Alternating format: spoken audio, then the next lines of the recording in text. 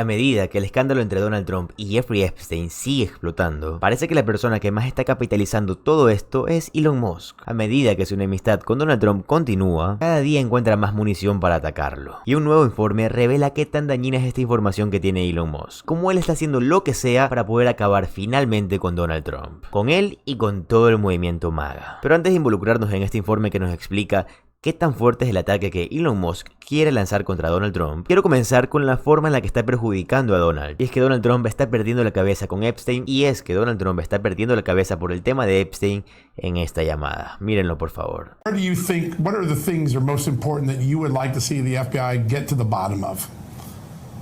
I think they could look at all of it. It's all the same scam. They could look at this Jeffrey Epstein hoax also, because that's the same stuff. That's all put out by Democrats. Yeah. And you know, some of the naive Republicans fall right into line like they always do. They just don't have the sustainability. They don't have the something. They don't have that stick to it like glue. The Democrats, you know, they have bad policy. They have bad candidates. They have bad everything.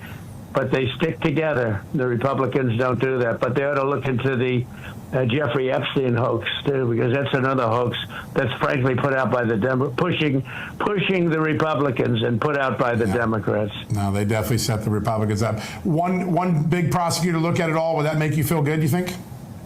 Well, I think it's in the case of Epstein, they've already looked at it, and they are looking at it, and I think all they have to do is put out anything credible. But, you know, that was run by the Biden administration for 4 years. I can imagine what they put into files, just like they did with the others. I mean, the Steele dossier was a total fake. Right. They took 2 years to figure that out for the people. And all of the things that you mentioned were fake. Yeah. So I would imagine if they were run by Chris Wray and they were run by Comey, and because it was actually even before that administration, they've been running these files. And so much of the things that we found were fake with me, but especially you look at that Steele dossier where they paid like 14 or 16 million.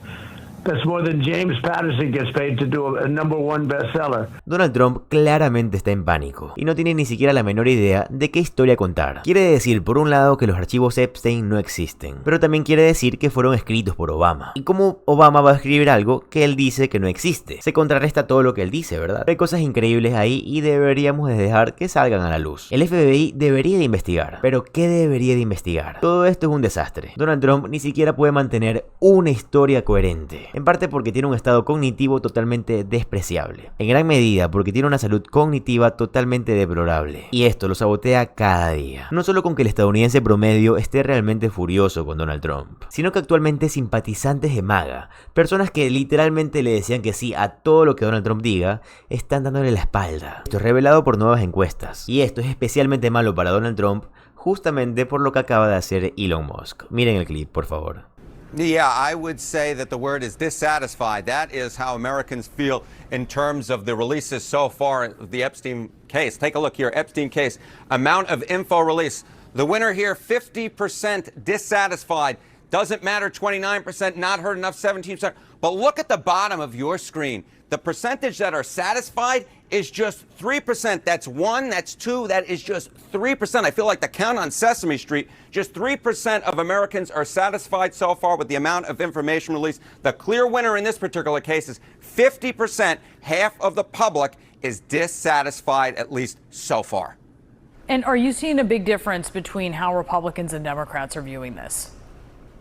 No, and that I think is kind of the interesting sort of nugget in what's going on here. You see this 50% dissatisfied, and let's break it down by party. Okay, Epstein case, amount of info released. Look at this, you get 43% of lean GOP, that's Republicans and independents who lean towards the Republican Party, who are dissatisfied. Look at this. Se ha convertido en el tema más contencioso que Donald Trump haya enfrentado dentro del movimiento MAGA. Les ha quitado el sistema de salud, les ha dicho mentira tras mentira, mientras suplica por donaciones. Les ha quitado los beneficios de la asistencia alimentaria y están más enojados por Jeffrey Epstein que por cualquier otra cosa. Y en un momento en el que Donald Trump está perdiendo a sus propios seguidores, alguien ha intervenido para arrebatárselos. Y ese alguien evidentemente es Elon Musk. Y este informe detalla que lo que acaba de hacer será un golpe fulminante para Trump. Miren, por favor. Nueva encuesta. El partido América de Elon Musk inclinaría las elecciones del 2026 del Partido Republicano hacia los demócratas en una boleta genérica. El nuevo partido político independiente recién lanzado por Elon Musk, llamado Partido América, representa un riesgo real de convertirse en un factor de división para los republicanos en las elecciones legislativas de medio término en el 2026. Según una nueva encuesta, la relación de hermandad de Elon Musk con Donald Trump se deterioró por completo durante su tumultuosa etapa de trabajo con Dodge y luego explotó debido a la muy sonora oposición de Elon Musk al feo proyecto de ley respaldado por Donald Trump. El hombre más rico del mundo ahora ha entrado en la guerra con el hombre más poderoso del mundo, utilizando su plataforma de redes sociales para lanzarse insultos, tanto en palabras como en tácticas. Elon Musk ha intensificado la disputa, al punto de acusar a Donald Trump y a sus principales aliados de estar en los archivos de Jeffrey Epstein, y ha amenazado con utilizar su inmensa fortuna, yendo más allá de su amenaza anterior de financiar campañas primarias contra los republicanos que votaron a favor del proyecto de ley, formando realmente su partido político. Según esta última encuesta, bien podría ser el factor que arruine las posibilidades de Trump, en una encuesta realizada entre el 10 y el 14 de julio, a 1084 votantes probables que fueron emparejados en el registro de votantes. Los resultados de la boleta general para el Congreso mostraron que el Partido América tal vez no pueda ganar, pero sí representa un riesgo real de ser un factor decisivo en contra de los republicanos. Mientras tanto, Elon Musk está intentando robarle más votantes a Donald Trump, hablando sobre los archivos de Jeffrey Epstein, y lanzó esta bomba como respuesta hoy, escribiendo: vaya, increíble que Epstein se haya quitado la vida, y que Ghislaine esté en prisión federal por una farsa, al mismo tiempo que Elon Musk utiliza su enorme plataforma y gigantesco número de seguidores para seguir pinchando, empujando y haciendo agujeros en las historias de Donald Trump. Y su narrativa ridícula en torno a la historia de Jeffrey Epstein, y también la creación de este partido político que únicamente atraerá a personas que anteriormente eran de MAGA. Y parece que el tema número uno de este partido político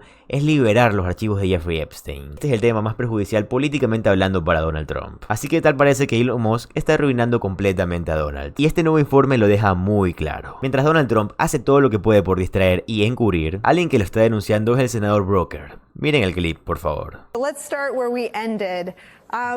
It feels like after 9 long years, you might have a taker in trying to do something bipartisan when it comes to the Trump administration. Do you have any behind-the-scenes communications with any Republicans on your questions about the Jeffrey Epstein case? Yeah, we're in active conversation, so I don't want to give too many details, but this can only be two things.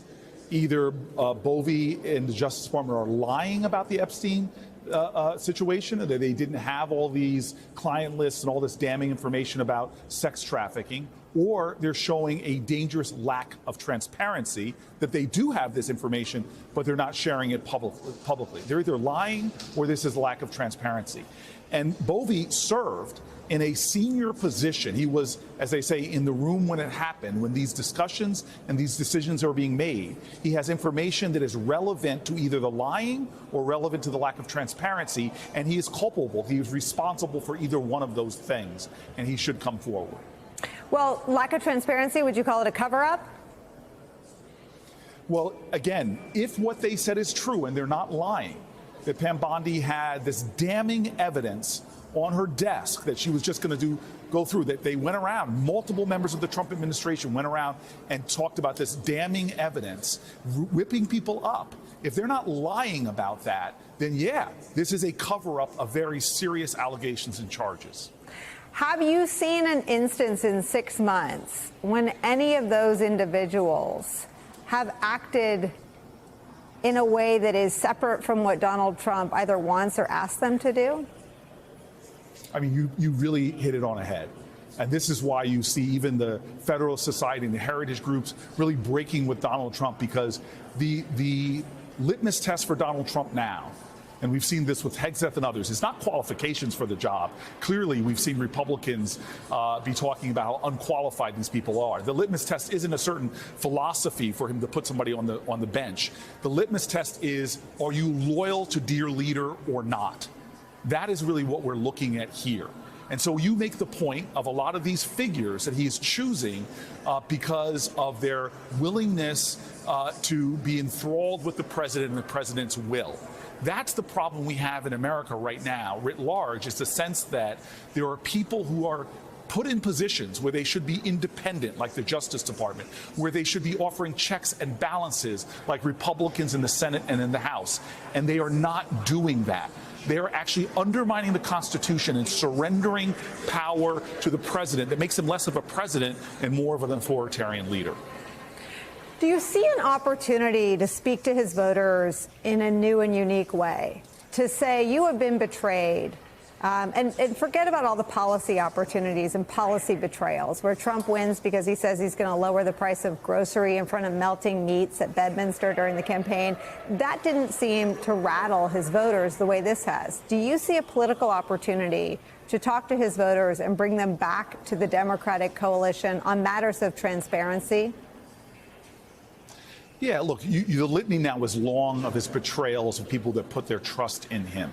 They're seeing their prices of their crib or car seats going up because of the tariff policy. They're losing their health care by the millions or having their rural hospital close. Their farmers are being hurt in rural areas by his policies. You're seeing even people on his immigration policy. I've seen more and more people coming forward saying, I regret my vote because I didn't think he would take my spouse, who is nonviolent, who's in this country trying to get her visa, and now through your going into courthouses, you've deported them. The litany is long for reasons of people to feel betrayed, but this one, which has had such a life in the world of MAGA, so many people demanding that Donald Trump come in and offer transparency with these serious allegations of sex trafficking. And Donald Trump whipping this up into a fervor and trying to point fingers at Biden. Now all of a sudden, when it's his Justice Department, when he has all the files and all the information, he's suddenly saying, nothing to see here, move along, move along. Well, that is a betrayal. It's either that he was lying to people or that he is now embodying the lack of transparency for serious allegations and potentially very serious crimes. So Donald Trump, we know you're a liar, so that's a possibility. And we also know that you have been leading in not releasing things, not releasing your tax returns, not releasing your health records. You have been hiding things from people for your entire time that you have been in American politics. One of these is true now. You are either doubling down on lies, which shouldn't be surprising to people, or doubling down on lack of transparency, which shouldn't be surprising people. But I hope that this is an eye-opening moment for a lot of people that put their trust, revealing what kind of liar and lack of transparency person that he is. Esto es un encubrimiento. O bien Donald Trump y sus aliados políticos explotaron los crímenes de Jeffrey Epstein, explotaron a las víctimas de todos estos crímenes atroces y perturbadores, lo que probablemente sea cierto, o ambas cosas son ciertas a la vez. Ya que recuerden que Donald Trump usó este escándalo para atacar a sus enemigos, pero también recordemos que si Donald Trump está dentro de estos archivos, evidentemente no quiere que nadie lo sepa. Podría ser una de esas dos cosas. Sinceramente, por mi lado son ambas. Yo ya no sé qué pensar de este hombre. Me da rabia que por el hecho de tener cuidado con lo que digo, no puedo decir exactamente todo lo que quisiera decir, ya que estoy en una plataforma que quiero cuidar. Pero bueno, para mí lo más importante siempre es saber tu opinión y me encantaría que la dejes en los comentarios. Además recordártelo, pero si te gusta el contenido de política estadounidense y estar realmente siempre informado de la verdad, te va a encantar suscribirte al canal, ya que subo videos todos los días. Mi nombre es José Alvarado, soy economista y estoy comprometido a informarte diariamente. Nos vemos en el siguiente video. Adiós.